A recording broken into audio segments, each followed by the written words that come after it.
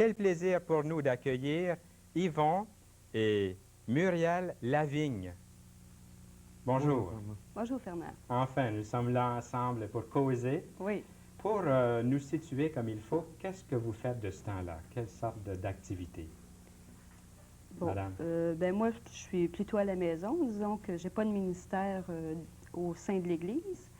J'ai un enfant de 10 ans, j'ai une petite fille de 10 ans.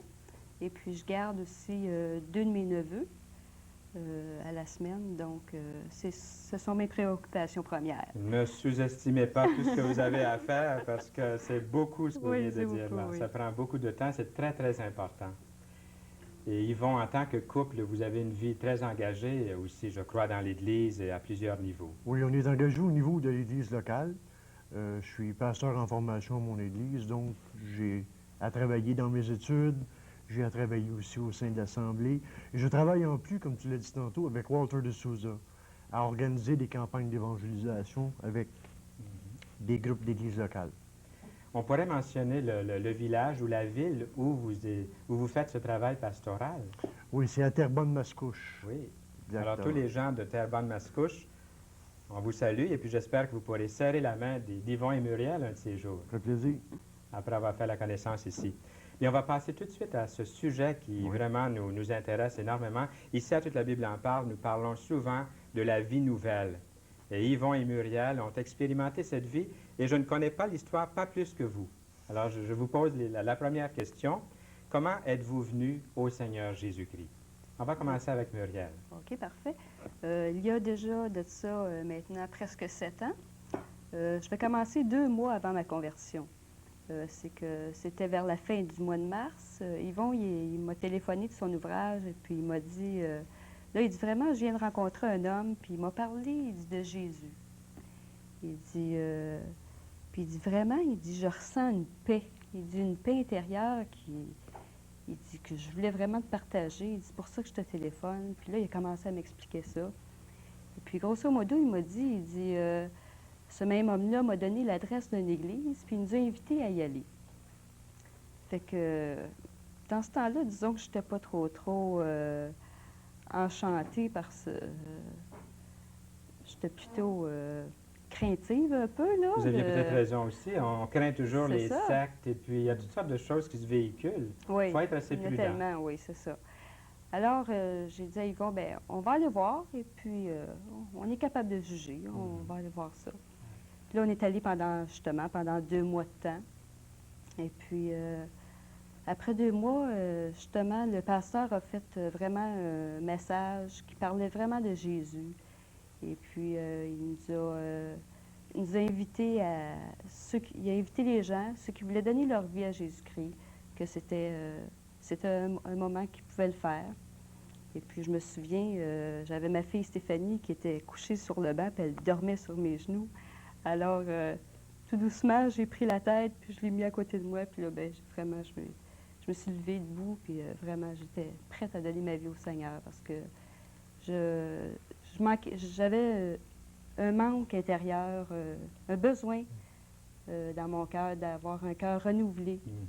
Et puis, vraiment, là, c'est là que j'ai pu vraiment combler le vide que j'avais dans moi.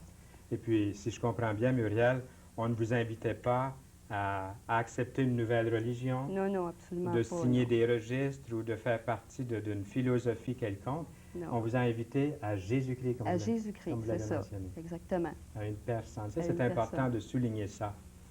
Et puis, Yvon, est-ce que ça se passait un peu de la même façon pour vous ou c'est tout à fait différent? Les circonstances ont été à peu près les mêmes, sauf que j'avais auparavant établi, si on veut, une recherche en religion. J'étais attiré par la religion. Et puis, j'avais commencé à lire la Bible avec le résultat que ça m'avait troublé personnellement. Parce que les seules choses que j'arrivais à lire, c'était des choses qui me condamnaient. Constamment, et constamment, et constamment. Jusqu'à ce que cet homme-là, je lui demande, le nom de son église était sur l'enveloppe, et je lui ai demandé, qu'est-ce que ça veut dire, ça, évangélique? Puis il a commencé à me parler de Jésus. Puis comme Muriel dit, j'ai ressenti, pour la première fois de ma vie, une paix. On me parlait de Jésus, pas d'un Jésus, un petit Jésus, ni d'un Jésus qui était crucifié, mais d'un Jésus qui était mort pour mes péchés, puis ressuscité pour me sauver. C'était toute une affaire, vraiment. C'est vraiment différent. Là, c'était plus quelque chose de pieux qu'on annonçait avec de Exactement. l'encens puis des cérémonies. Mhm. On vous parlait de quelqu'un d'authentique, de vivant. C'était Jésus-Christ, il est encore vivant aujourd'hui. Avec les mots les plus ordinaires qui pouvaient exister. On m'a pas fait de dissertation sur la théologie. On m'a simplement dit, Jésus est mort pour tes péchés. Si tu l'acceptes comme sauveur, il va t'accueillir puis il va te sauver. Ça se passait où, ça, Yvon? Ça se passait au magasin où je travaillais.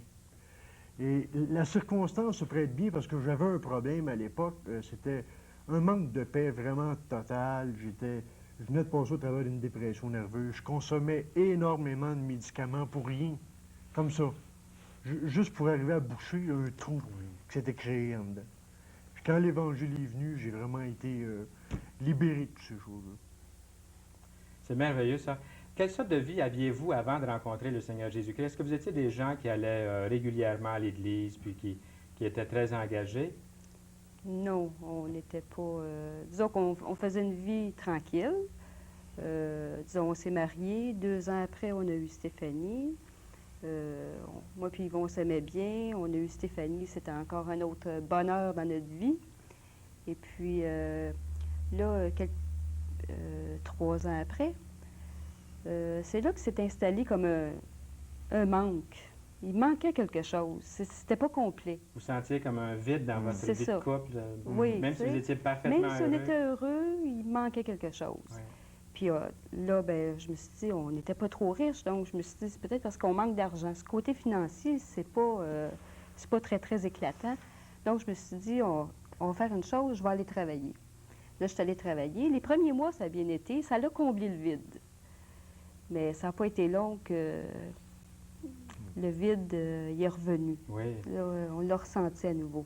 Est-ce que je me tromperais en disant que votre but, après le mariage, c'était de devenir riche ou de faire de l'argent? Ou si quel était le but avant votre conversion au Seigneur Jésus-Christ? Parce qu'on va parler tout à l'heure d'un nouveau but. Les buts que vous avez maintenant sont différents. Mhm. Mais vous souvenez de ce que vous désiriez autrefois?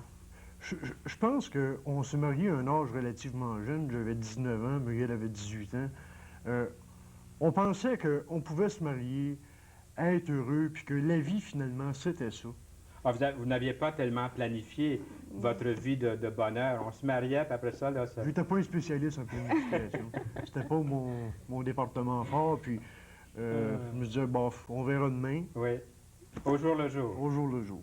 C'était ma philosophie. Puis à un moment donné, je me suis dit, ben, est-ce qu'on peut vivre comme ça pendant 65, 70 ans, mourir, excuse l'expression, mais comme un chien, puis que ce soit fini là? Est-ce que c'est ça la vie? Donc, vous vous êtes posé cette question-là. Oui. Donc ça a provoqué un combat en dedans. Je dois valoir plus qu'un animal, c'est comme rien.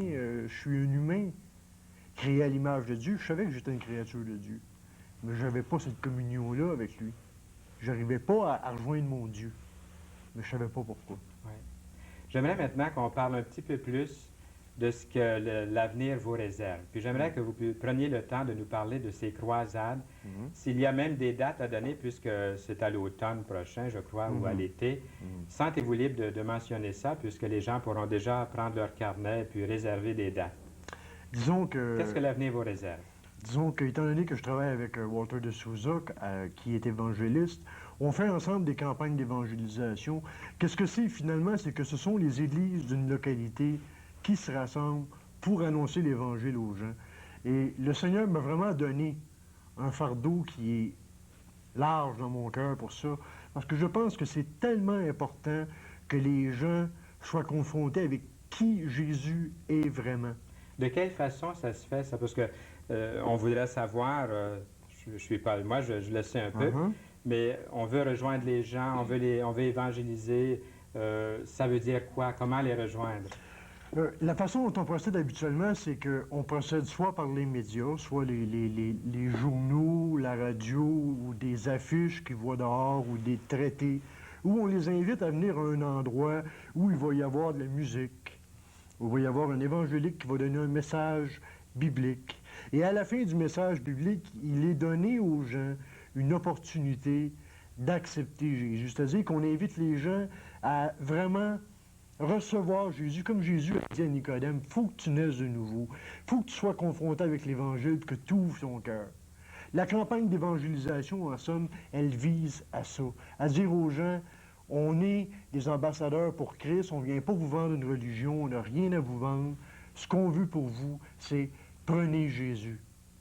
Prenez Jésus. C'est ce qu'on veut des gens, finalement. Oui.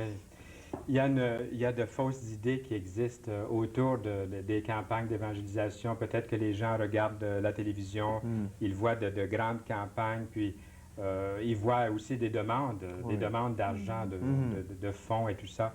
Il faut démystifier un peu cette fausse idée autour des évangéliques du Québec. Oui. J'ai lu, je nommerai pas le magazine, mais j'ai lu dans un grand magazine ici au Québec que les évangéliques du Québec étaient raisonnables de ce côté-là. Puis j'étais content que les gens du monde, que les médias, les journalistes pouvaient voir que c'était pas une course à l'argent ou c'est pas non plus une secte qui endoctrine, qui fait un lavage de cerveau.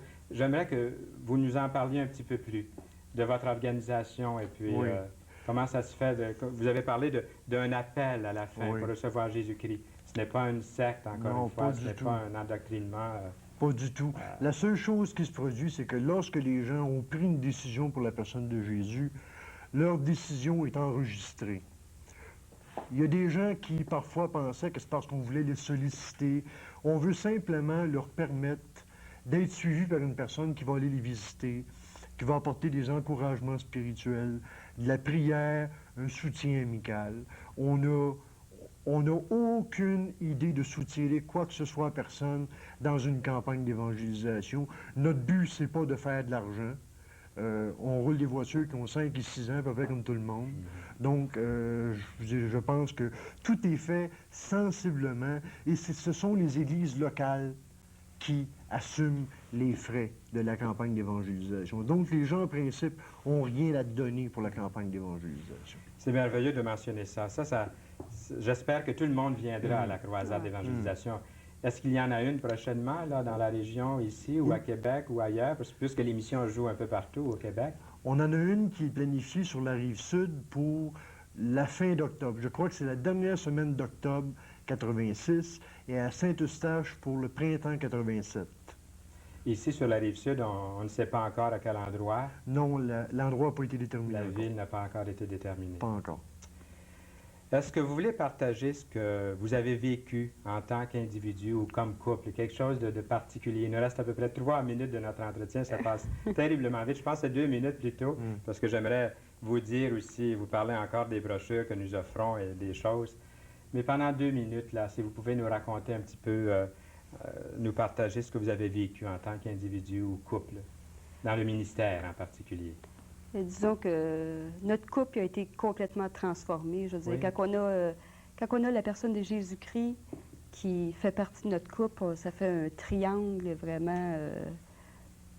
Parfait. C'est parfait, c'est ça, c'est parfait. Il y a une communication qui se fait beaucoup mieux, de toute façon, parce qu'avant notre conversion, on n'était pas tellement désireux de communiquer. Mais maintenant, avec la personne de Jésus-Christ, je veux dire, en lisant la Bible, on voit que Dieu communique avec nous, puis que nous, on doit communiquer avec notre conjoint. Et puis comme ça fait... c'est beaucoup mieux. Merveilleux. Plusieurs vous écoutent, vous entendent, et puis se disent, j'aimerais bien avoir ça aussi. Est-ce que pendant 30 secondes, Yvon, vous voulez regarder la deuxième caméra, puis faire une prière de repentance pour que celui ou celle qui veut recevoir Jésus-Christ puisse le faire maintenant, pendant 30 secondes. Avec plaisir. Oui, Père Céleste, je reconnais devant toi que j'ai manqué à ta loi. Et Seigneur, je t'ouvre mon cœur. Je te demande de rentrer dans ma vie, de changer mon cœur, Seigneur. Et toi qui prends tous les gens qui viennent à toi, tu ne refuses personne, Seigneur. Je te prie de vraiment me recevoir, Seigneur, et de m'accorder ton Saint-Esprit. Seigneur, fais que je puisse connaître vraiment cette joie et cette paix qui vient de ton salut, Père. Et Seigneur, glorifie ton nom dans ma vie. Au nom de Jésus. Amen. Amen. Amen. J'espère que c'est là votre prière à vous aussi. Nous allons revenir pour le mot de la fin dans quelques instants.